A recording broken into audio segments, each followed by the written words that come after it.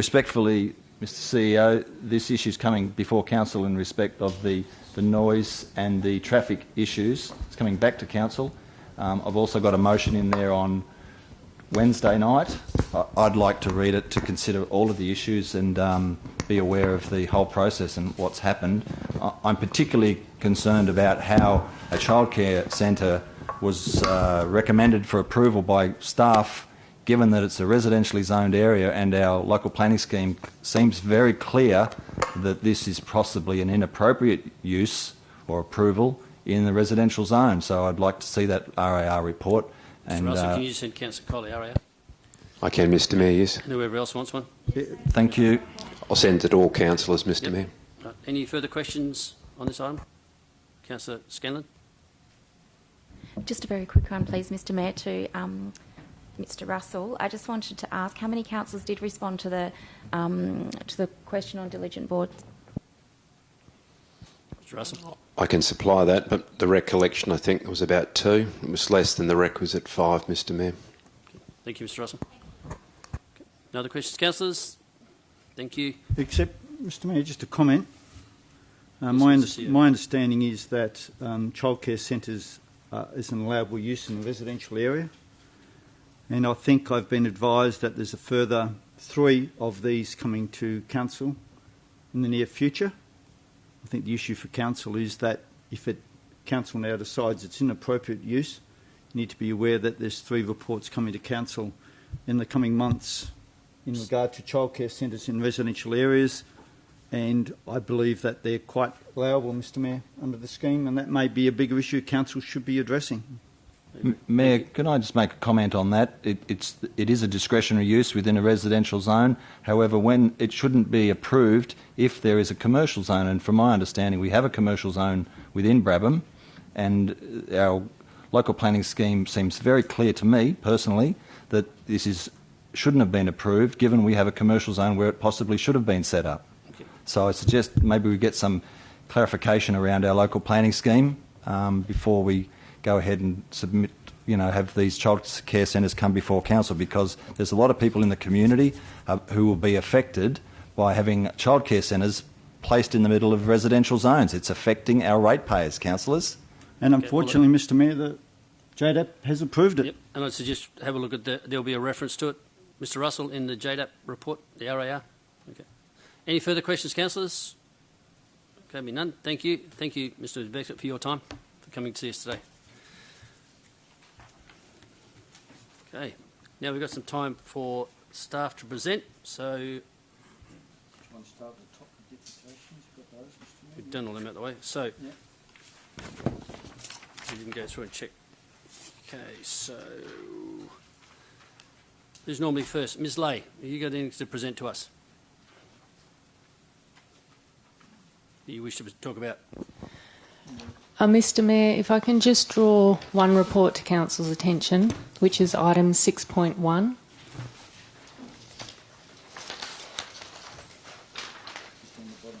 The city was selected through the Office of the Auditor General to be audited on its information systems, and we're required under the Act to prepare this report now on the significant findings through to Council and then through to the Minister for Local Government, and publish that on our website.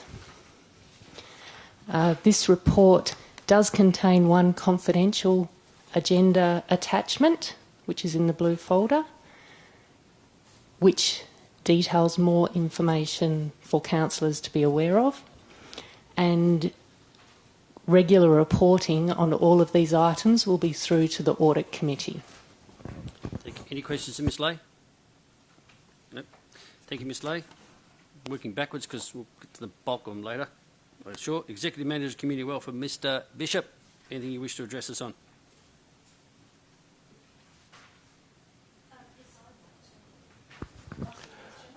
Of? Mr Bishop? Okay, well, let's let him see if he wants to talk, and then we can ask questions. Thank you, Mr Mayor. So the only one I really want to make comment on in the benefit of time is item 2.3, amendments to COVID-19 response, commercial rent relief and reinstatements of paid parking.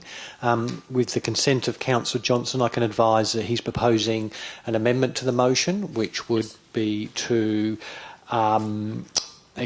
basically adopt the staff recommendation with the addition of an item that a separate report be brought back to Council to consider the option of changing the free parking period from 1 hour to 2 hours.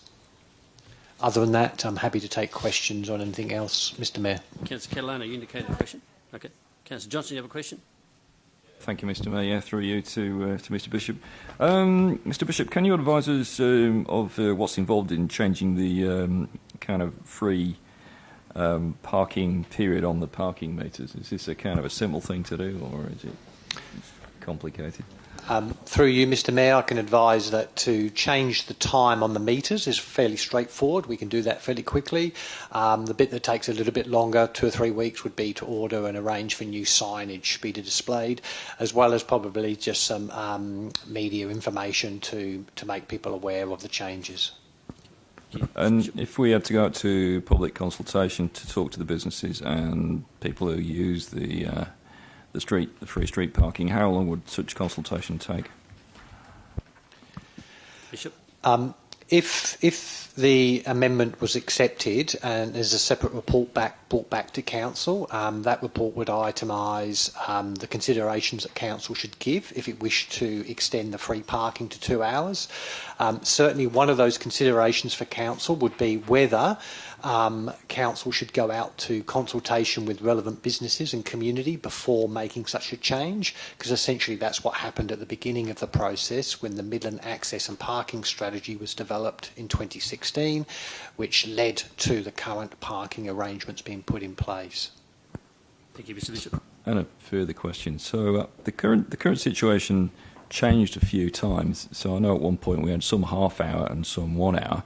Where is it at now? Because I know there were a number of just ad hoc modifications by councillors from all sorts of places. Mr Mayor, I believe there's 31 parking metres in the Midland CBD.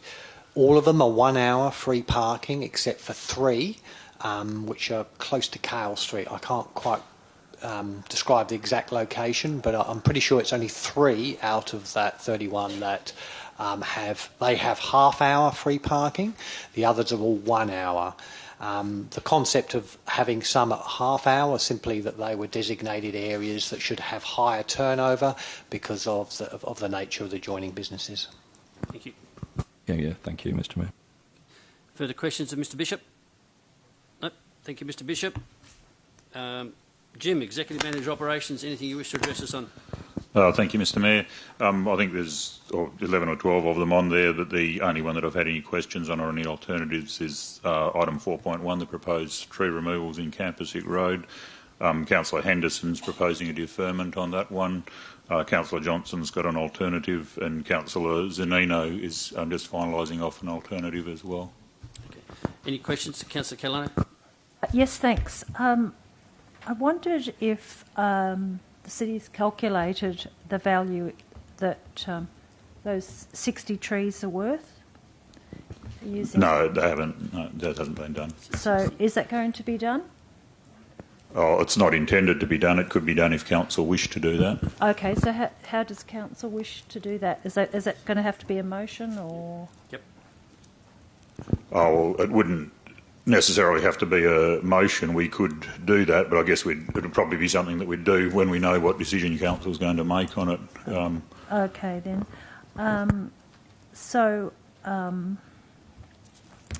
Do you think given that the trees, the Swan Valley is a tourist destination, and we spend quite a lot of money,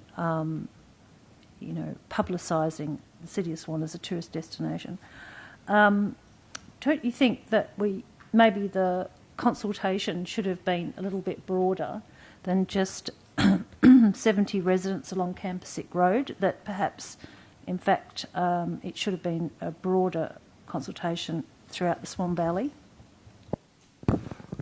Oh, certainly we have had feedback from a lot more people than when we did do the original consultation. I mean, it's difficult to say if it should have been through the whole Swan Valley.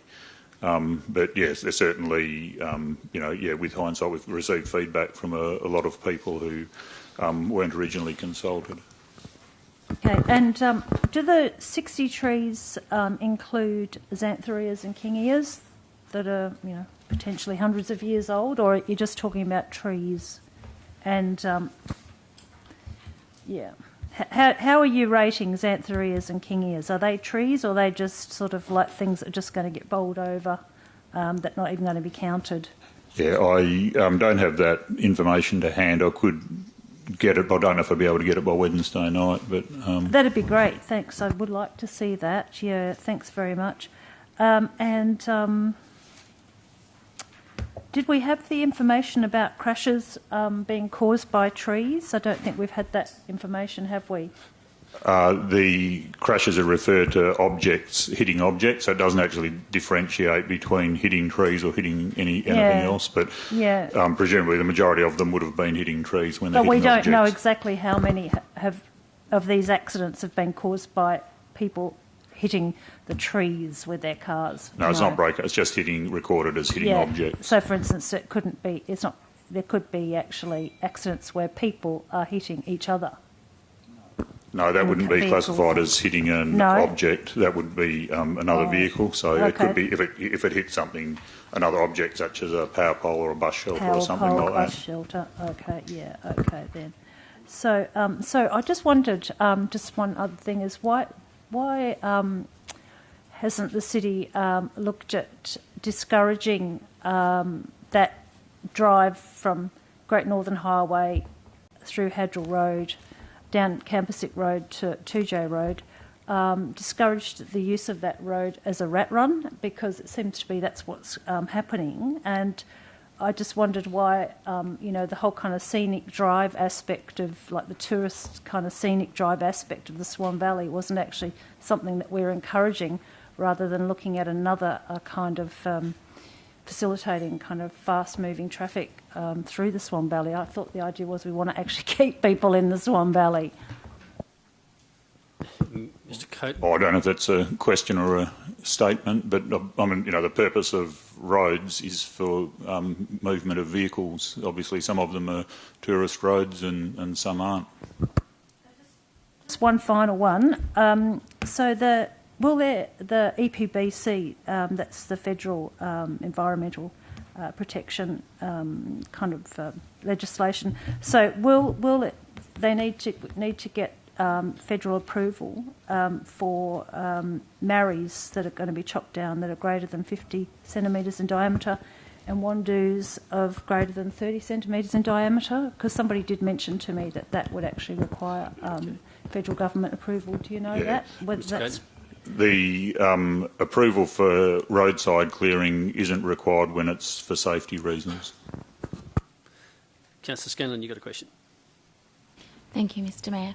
I just want to follow on from Councillor Catalano, and that is to ask you, Mr Coates, if a kangaroo could be considered an object in reporting of an accident.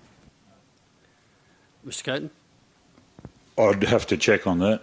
I don't think it would be, but I don't think it would be an object, but I can confirm that. Okay. Councillor Lucas?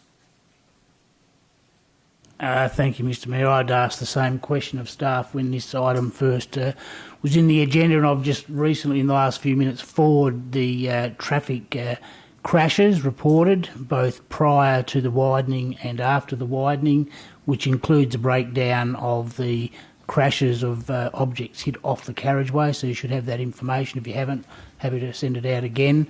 And I should note that there has been a 10% increase of traffic since the road widening was upgraded on Campersick Road. Thank you. Councillor Kiley? Thank you, Mayor.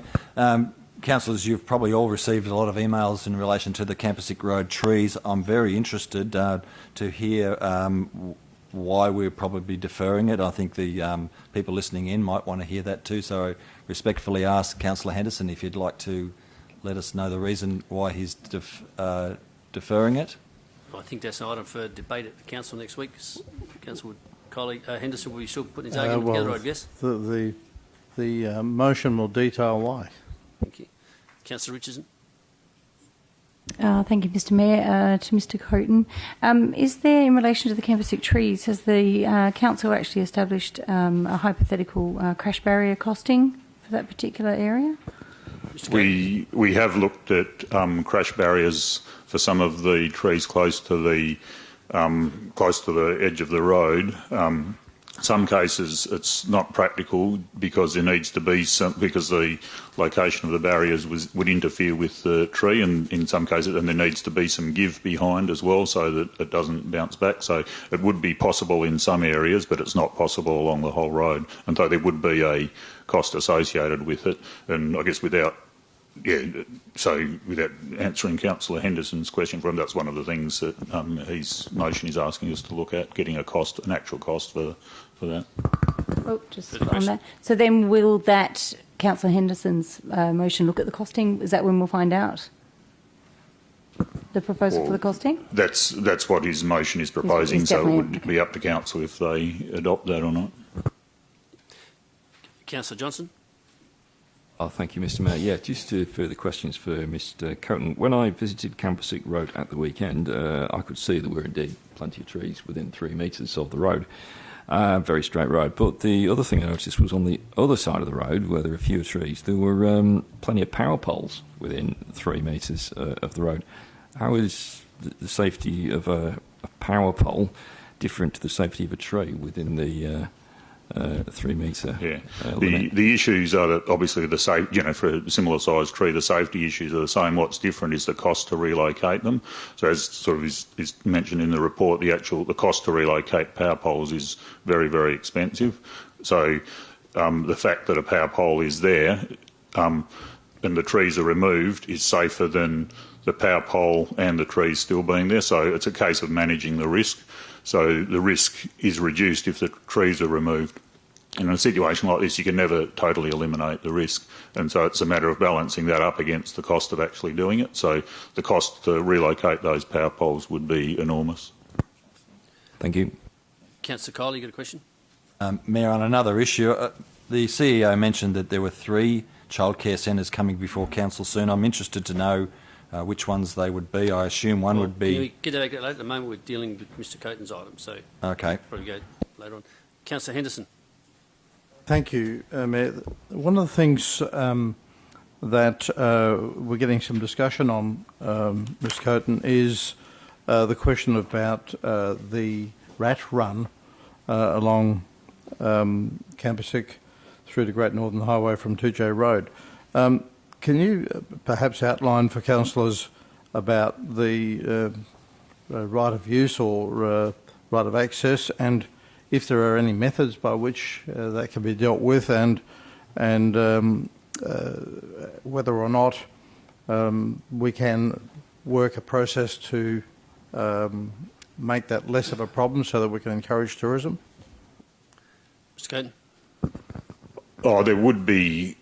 I guess there would be things that council could look at if it went down that road. Pardon the pun, went down that road. But it is, as of right, vehicles are allowed on there. So any vehicle up to a semi-trailer can travel on, has got a right to travel on any road within the city of Swan. I think there's there's a concrete manufacturer and things like that on Campbellsick Road as well. So, and the purpose of roads is to move traffic. So, if you do put in, I guess, there's one thing that's often mentioned is things like, chicanes and things like that and other traffic management methods to discourage vehicles. But what that does is move them onto other roads. And also those sort of things often bring more problems than they solve as well. So, there's a range of things to do that could be done, but there's a lot of consequences with it. So just to follow another point then, so if we put something in around Hadrill as an example, Oakover may well become the rat run to Great Northern. Mr Coton.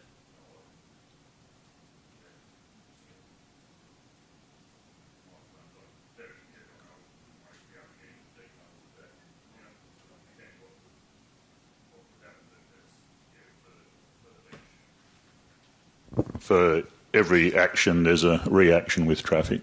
So it would be if you did something in one location, it may cause, or it would cause a consequence which may be unintended. Thank you. Any further questions of Mr. Coaten? Councillor Kello.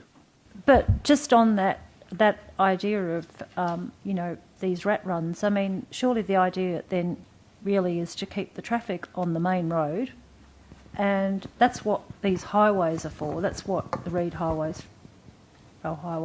Highway is for.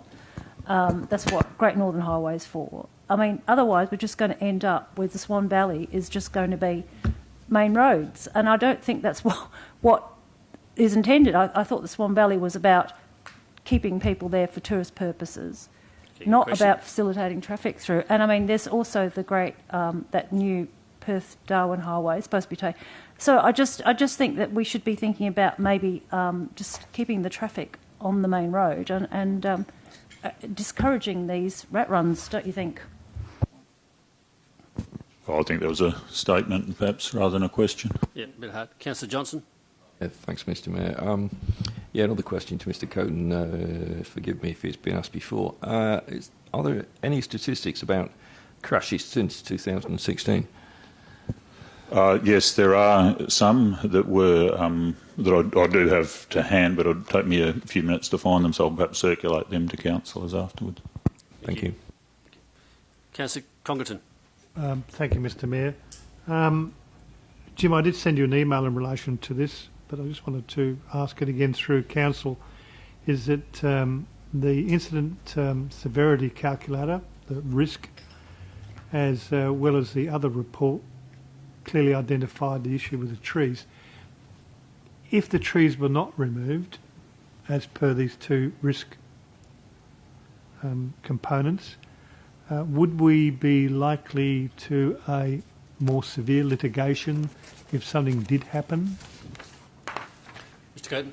I'd preface my comments by saying I'm not a lawyer, and if you want a legal opinion, we need to ask a lawyer. But I think, in these situations, it's a fairly common situation that if a claim is made against the city, a form of defence is that we took reasonable action. So, that's there's no black and white and right and wrong answer in this case. Certainly, the standards recommend a clearway of 6.5 metres, everything being cleared in 6.5 metres. That's not practical. So obviously, the less clearing that's done, council has to be able to justify in the defence that was reasonable action that was taken. Thank you. Any further questions to Mr. Coaten? No. Thank you. That leaves you, Mr. Russell. Anything you wish to brief us on briefly? I've got another question for Mr. Coaten. It's a short one. Okay, a short one, last one, then that's it. It's about item 13.4. Is that actually on the agenda? I know it's on the agenda for noting. I thought it's deferred. I don't believe we're going to make a decision or debate it. No, it's not on the agenda. That's probably a typo, but it's just the resolution of council on that particular matter was that it be referred to the August meeting. It would have come back otherwise, but council specifically resolved that it come to the August meeting. Yeah, thank you. Mr. Russell. Mr. Russell, yep. Thank you, Mr. Mayor. I don't have anything to outline, but I do note Councillor Kiley had a question on the childcare applications that, as the CEO has alluded, is lining up to come to the next ordinary meeting of council, and I'll just provide an answer to the question what applications. We have, of course, in the first order of business, the SAT has invited the city to reconsider its refusal of an application for a childcare facility in Cranley Street, Dayton, and that will be coming on a reconsideration invitation back to the August meeting of council. The two other applications that will also at this point in time scheduled to be on that agenda are a childcare facility in Bennett Springs Drive, Bennett Springs, and a childcare facility on Mayfield Drive in Brabham. Thank you, Mr. Mayor. Thank you. Right. Questions of Mr. Coaten? Sorry, Mr. Russell. Councillor Catalano. Councillor Scanlon. Thank you. I don't mind being confused with Councillor Catalano. That suits me quite well. Anyway, I'd just like to ask Mr. Russell a question on 2.2, the cycle network. So my question to you relates to emails I received from someone in the community, and also something that other people have commented on, and that's the connection between South Guildford and Guildford. So as you know, the Helena River footbridge is something that's the community is really waiting for and really keen to see happen, and that from the map seems to be the main connecting point from South Guildford to Guildford. What the community is saying is that they'll have to go through a park, you have to go through Waterhall Park and across the footbridge, which is flooded every winter. And even if we raise that up that little bit, which we're hoping will happen soon, it will still be difficult to go. So for people commuting from South Guildford to Guildford, so there's lots of school children go there, there's people commute to the train line or to the PSP, the Midland Perth line.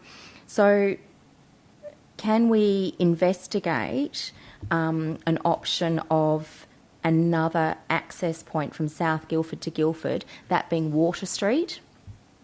Mr Russell. Through Mr Mayor, look, the short answer to that question is the Council can investigate any alternatives for any reasons with respect to the designated or intended cycle routes. Yeah. Councillor McNamara. Thank you. Microphone. Microphone, Councillor, please. Thank you. Thank you, Mr Mayor, for the reminder. Page 78, where it says potential route connection to Castlebar Drive, and again then Marshall Road link, and the previous page where it says Gilroyd Loop. So I'll go back to potential route connection to Castlebar Drive. This is private land, Mr Russell. Do you understand? We went through this about 5 or 6 years ago, and it was identical same map, and identical same questions were asked with regard to this. Would it not be a good idea to bring, we call it the Ballajura section of this, back to the Ballajura councillors and sit down with them and say, this is what we propose, what don't you think about it? And the only reason I raised it because I raised the questions because Councillor Scanlon withdrew the subject. I was going to withdraw it myself, but... Mr Russell. Thank you, Mr Mayor. Look, as indicated to Councillor Scanlon, look, if the Council wants to take any parts of the document in relation to proposed investigative routes for cycle facilities, of course it's free to do so. So, I mean, it's up to the council as to whether any particular parts they want to make subject to some further investigation, including community consultation. It's within the realms of council's discretion, obviously, to do that. And further, Mr Mayor. Thank you, Councillor. Just to clarify, then, that second picture on page 78, which is Old Marshall Road alignment, that seems to be blocked off for every reason and for every sort of access by boulders and sand stuff. So it's something that really needs to be spoken about as to what we're going to do with that situation. So I think we will be putting to an alternative to this particular issue if Councillor Scanlon agrees with it. Yep. You can liaise with Councillor Scanlon's first cab off the rank. Councillor Johnson. Thank you, Mr Mayor. I've got a question about 4.6, filling of land. The question arises here is, notwithstanding that I believe the owner said he's not interested in a land swap, is it a feasible thing to identify a suitable piece of land and offer a land swap? Because I think possibly if something was put on the table, the owner might be interested. Mr Russell. Thank you, Mr Mayor. I'd say that the first question is this, is that if Council doesn't make a decision clearly on the merits of the application in front of it, it can do so. I mean, for example, there is nothing to prohibit the council from making a decision or resolution on the application, let's say hypothetically to approve it, and make a secondary resolution to investigate the potential for either a sale to the council of this land, or, as Councillor Johnson has intimated, the notion of a potential land swap. They can coexist, Mr Mayor, but I think the danger of making a motion or any motions that misses the point around determining the merits of the application, if the applicant is not in any way entertained or interested in the alternative motions of either acquiring through purchase this lot or a land swap, then they're going to make that pretty plain pretty quickly through the SAT process. So you can, of course, the council can make any, if you will, counter proposal to the notion of the applicant developing this land, but it's only as successful as the applicant is prepared to accept the notion of a offer. So I think what I heard there was it's a reasonable thing for us to, for instance, resolve to approve the filling of land, and also to propose that a land swap discussion take place between the owner and staff. Mr Russell? Yeah, that's consistent with the advice I've given, Mr Mayor. Councillor Parry. Oh, sorry, Councillor, you have another? Don't fight over it. Councillor Parry, ask yours. Just going back to the cycle network, Mr Russell, what consideration or guidance has been given for Metronet from the Department of Transport in regards to the cycle path of the Ellenbrook line? Mr Russell. Thank you. Through you, Mr Mayor, my colleague has made inquiries with the Metronet team and is hoping to receive a response on that by tomorrow, in which case we will immediately provide that information back to Councillor Parry and any of the other councillors. Okay. Thank you. Councillor Johnson.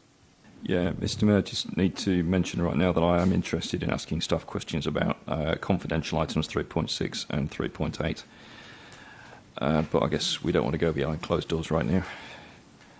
I do have a question about 2.8 though. Yep, go on. Clean away. I'm not proposing to... Oh, you're...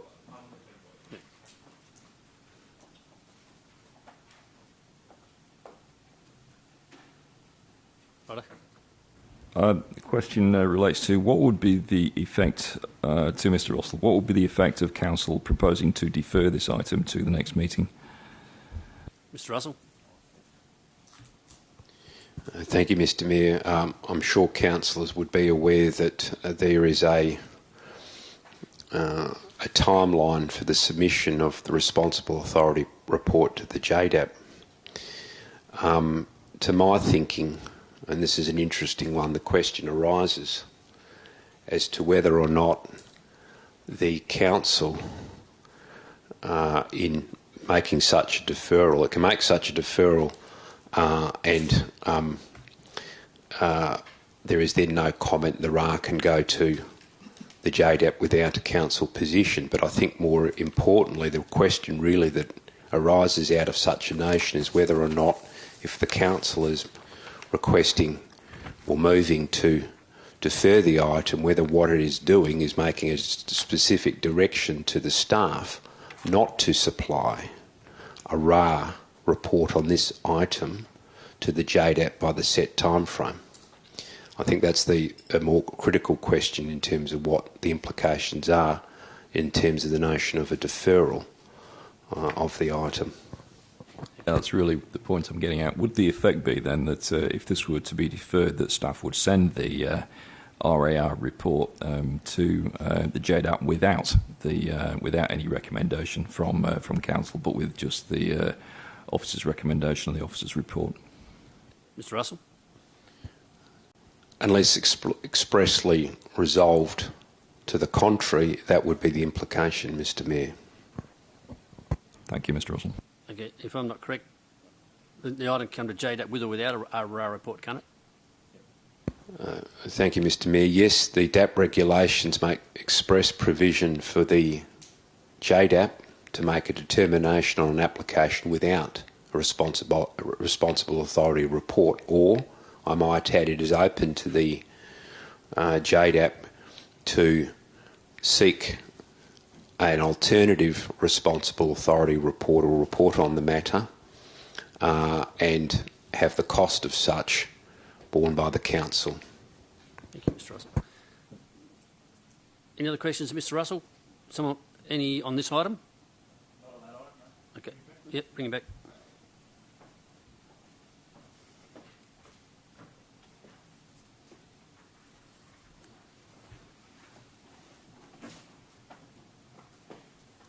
Okay. Councillor Kiley.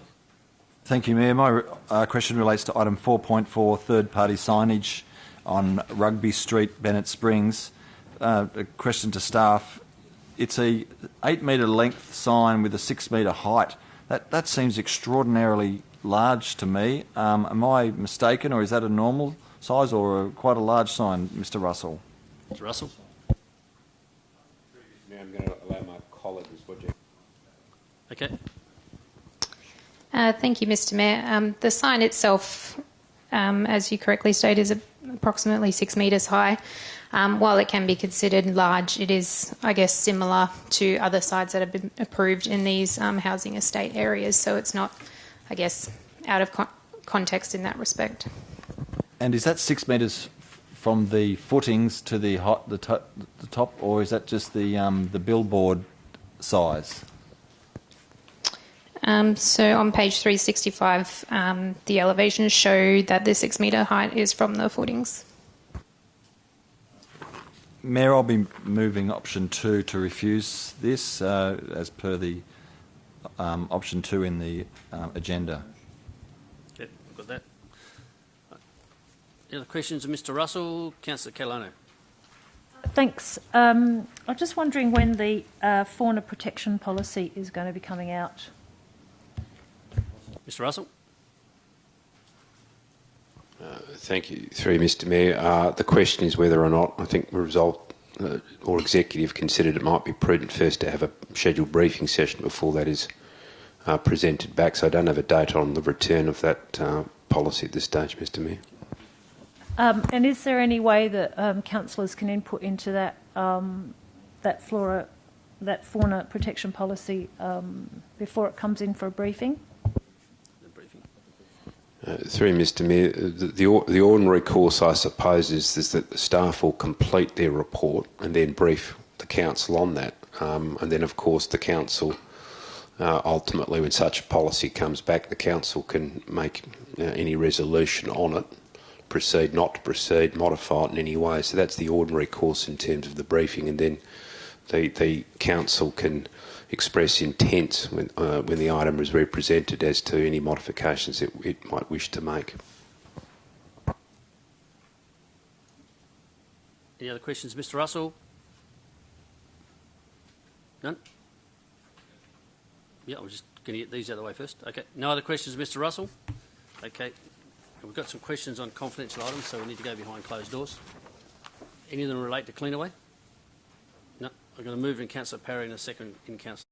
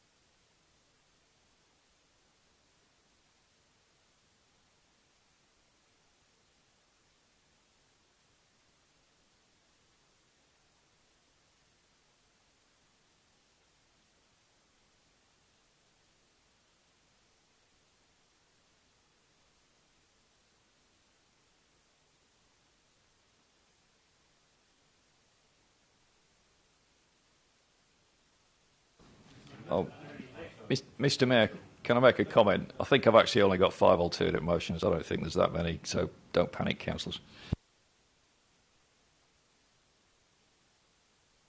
Notified the CEO of my alternate motions.